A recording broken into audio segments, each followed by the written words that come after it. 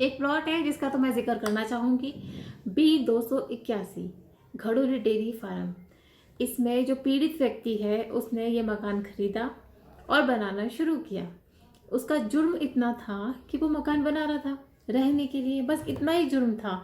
इस बीच आता है एमसीडी डिपार्टमेंट जो उस प्रॉपर्टी को बुक कर देता है टूटने के लिए। लेकिन ठीक है, उसे समझ में आ जाता है कि कोई फलाना फलाना है, किसी मैटर की वजह से ऐसा हो रहा है।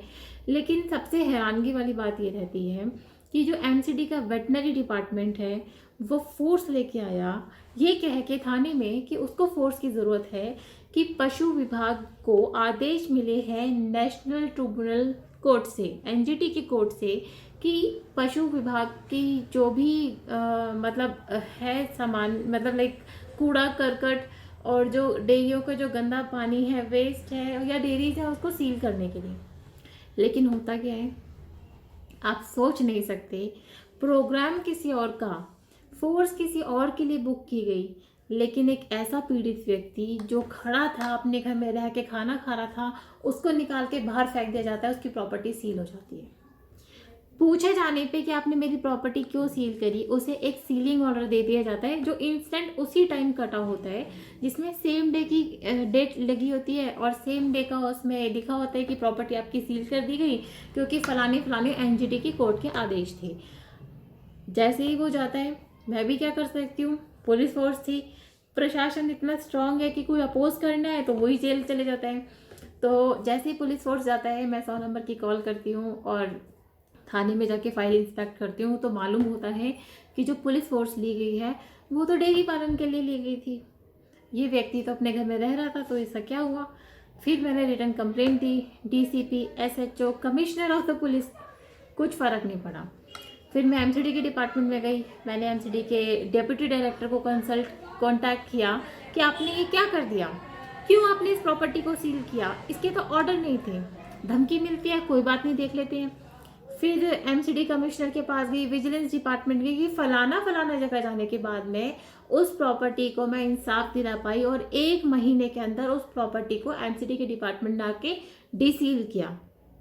1 महीने तक वो इंसान, वो जो पीड़ित व्यक्ति है, वो प्रशासन की उस सजा का शिकार हुआ जिसका वो जुर्म उसने किया ही नहीं। लेकिन आप तो सोचोगे कि प्रॉपर्टी डिसील हो गई, ये तो बड़ी खुशी की बात है।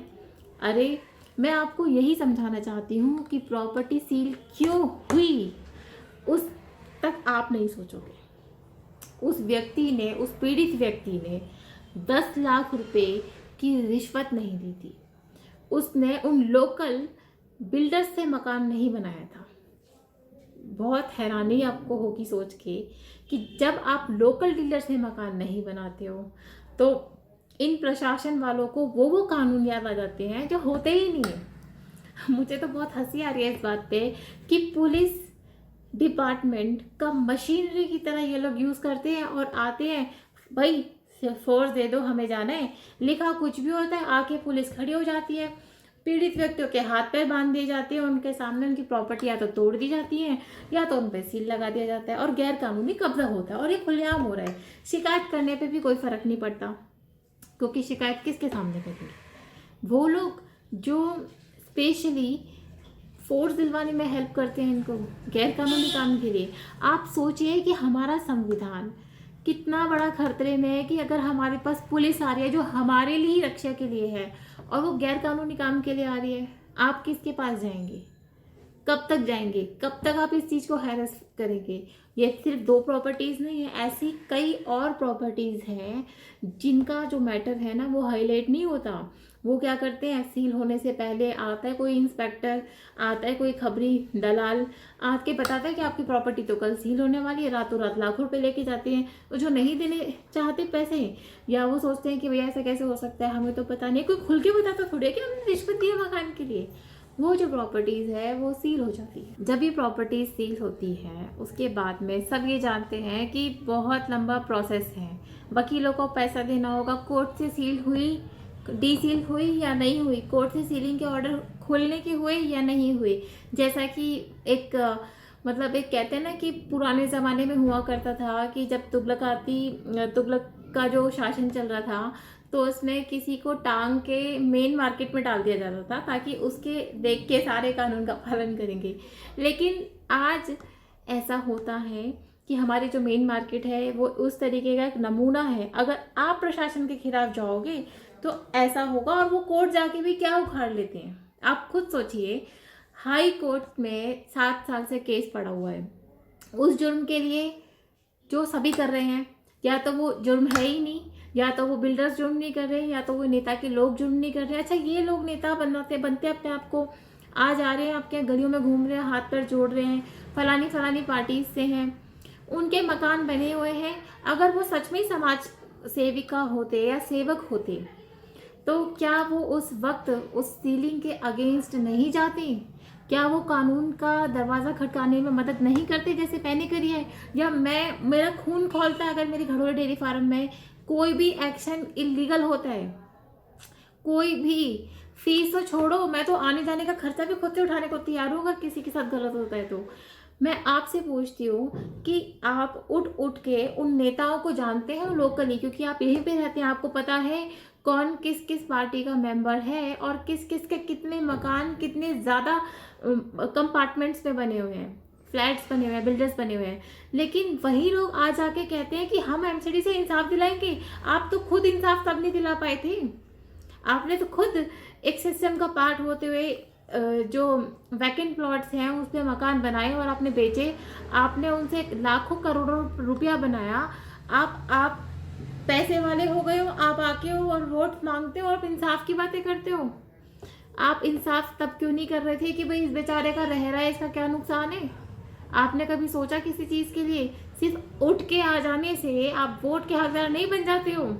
जो आपने सिस्टम का रायता फैला रखा है, बहुत बुरी तरीके से फैला रखा है, आप वोट मांगने किस मुंह से आ रहे हो? आप तब कहाँ थे जब ये लोग परेशान हो रहे थे? मैं पिछले 2017 से देख रही हूँ लगातार डेयरीज को लेके एक्शंस हो रहे हैं। कोई आके खड़े होने को तैयार नहीं है कि बेचारी गाय भैंसे जाएंगी कहाँ। इनके लिए जो अलॉटमेंट का ऑर्डर हुआ था वो आज तक इम्प्लीमेंट क्यों नहीं हुआ? ये सवाल तो कोई कर नहीं सकता, क्योंकि उनको बेचारों को मालूम ही नहीं है उनके हकों के बारे में कि भाई अगर कोई आदेश देता है कि यहाँ से इनको विस्थापन करने के लिए, तो दूसरी तो कोई जगह देगा कि गाय भैंसे हैं क्या मार काट के डाल दें या कत्ल खानों में भेज दें। इतने एक्शंस हुए, चाहे वो डेयरी को हटाने के लिए हुए, चाहे वो डेयरी सील के लिए हुए, चाहे वो बोरिंग को कटवाने के लिए हुए, या इस तरीके से जो लोग रह रहे हैं उनकी प्रॉपर्टियां आके तोड़ दी जाती हैं, लैंटर्स काट दिए जाते हैं, बड़े बड़े पंचर हो जाते हैं लैंटर्स में, या वो रह रहे होते हैं तो उनकी प्रॉपर्टी सील हो जाती है। क्या उनको अधिकार है कि गैर कानूनी तरीके से आप आके सील करो? पुलिस फोर्स ली जाती है फलाने केसेस के लिए, आके झूठा रेफरेंस देके प्रॉपर्टी को सील कर जाते हैं। जिस चीज़ के लिए पुलिस फोर्स बुक हो जाती है उस दिन एक भी डेयरी सील नहीं होती और रहने वाले लोगों का मकान सील करके चले जाते हैं। यानी कि वो 150 से 200 पुलिस वाले सिर्फ इसलिए लेकर आते हैं क्योंकि उन्होंने सिस्टम को फॉलो नहीं करा, करप्शन को फॉलो नहीं करा। मेरी गुजारिश आपको इस वीडियो से सिर्फ इतनी सी है कि आप भी किसी दिन अपना अगर मकान बनाएंगे, आज भले आपका मकान नहीं बनेगा या 10 या 15 साल बाद बनेगा, तो ये आपके साथ भी होगा। हर कोई पैसा देता है, जो पैसा नहीं देता है उसके साथ क्या हश्र होता है वो आपके और हमारे सामने लाइव एग्जाम्पल्स हैं। ऐसे लाइव एग्जाम्पल्स कंटिन्यूअसली चल रहे हैं। क्यों? क्योंकि ये जितने भी नेता हैं, जितने भी ये बिल्डर्स हैं, ये किसी ना किसी रूप में पार्टी को फंडिंग करते हैं और उनको फंड की ज़रूरत होती है। पार्टी के इलेक्शंस वाले को कहाँ से पैसा लगता है? छप तो नहीं रहे मशीन से। और ये जो पैसा है वो किस रूप में आता है?